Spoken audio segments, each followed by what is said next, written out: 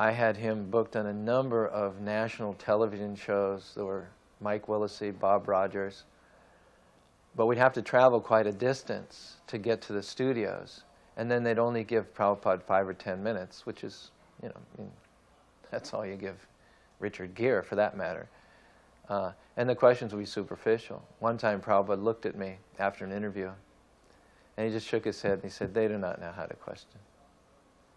And I remember another time Prabhupada and I were sitting in the waiting room to go into some national TV show, and they had a little TV on in the anteroom. This is in 1971 or 70.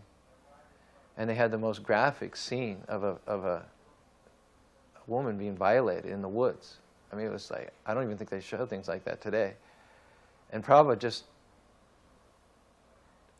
he was absolutely astounded that these kinds of things were graphically displayed on a public medium.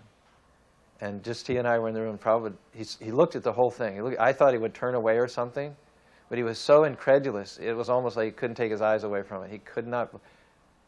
And then he just turned, you know, he was looking at it, and he turned to look at me, and he just like, you know, the world is just going to hell like that. And he just shook his head. And he actually asked me to desist from booking him more television engagements, even though he was reaching 1 million people. They weren't asking deep enough questions, and the time was too short. And I had to call up a couple of national shows and cancel, because he would rather speak to a smaller audience but get into Krishna consciousness in depth. Now, along that theme, and I'm not sure which of those 4 visits this was, Prabhupada did go on one show called the Mike Willesee Show. Mike Willesee was a famous interviewer and host at that time, and he would always damage his guests. He was extremely cynical, acerbic, and almost no one went away from the Mike Willesee show without bleeding from several wounds. And he'd given Prabhupada a love seat, a 2-seater, and he sat, whatever, to the side. Prabhupada had a big picture of Krishna, and Prabhupada sat down closest to Mike Willesee, and he put the picture of Krishna on the seat next to him.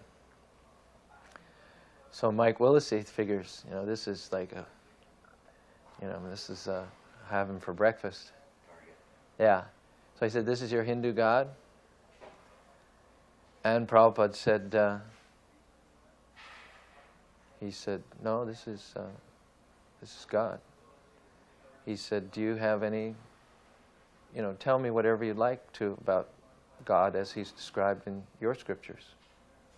Anything you'd like to share with me about his name, fame, qualities, pastimes, feel free. Tell me what your if you're saying that this is a Hindu God, then tell me about your Christian God. As much information as you'd like to share with me and the audience." And he said he couldn't say it. He said, "Well, there isn't much." And Prabhupada said, "Well, we have all the information in our scriptures, and